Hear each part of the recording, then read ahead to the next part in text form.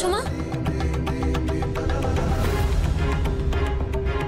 আজ আমি তোকে সাজাবো। সাজাবে যখন সবাইকে বের করে দিলে কেন? আমি বুঝতে পারলাম না। আমি তোকে বিয়ের কোণে সাজে দেখতে চাই, এই শাড়িটা পরে।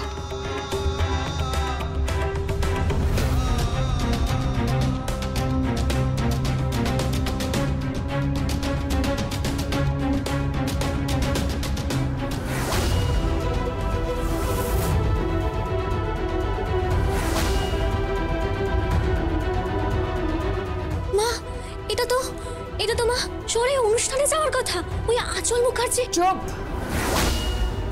একটাও কথা না। এই শাড়িটা না পরলে তোমার বিয়ে ভেঙে যাবে, তুমি লগ্নভ্রষ্ট হবে। কেন বুঝতে পারছো না? একদম কথা বলবে না। কিন্তু মা, ওদের অনুষ্ঠান, সমস্ত শাড়ি চলে গিয়েছে মা।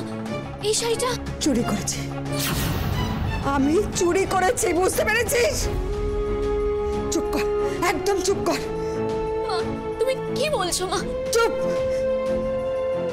দোহাই তোর, তুই কন্যাদায়গ্রস্ত মায়ের কথা একবার ভাব। যে মেয়ের বাপ নেই, আমি একা তোদের মানুষ করেছি, আমি একা মানুষ করেছি তোদের। দোহাই তোর, আমাকে বাধা দিস না। দোহাই তোর, আমাকে সাজাতে দে, আমাকে সাজাতে দে। বেশ, সাজাও।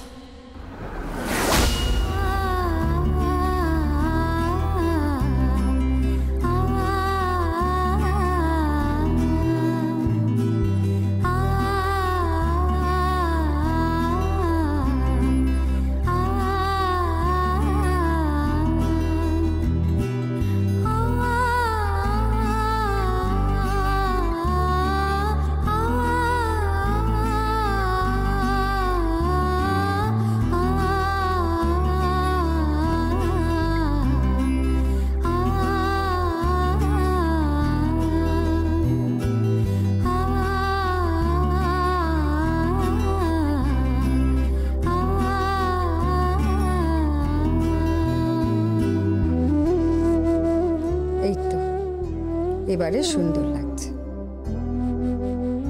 মা, ও মা, কি? আরে সাজানো হলো, দরজা আটকে রেখেছো কেন? ওদিকে বর এসে গেছে। ওরে তোরা শাক ভাজা উলু দে। আয় আমার কাছে।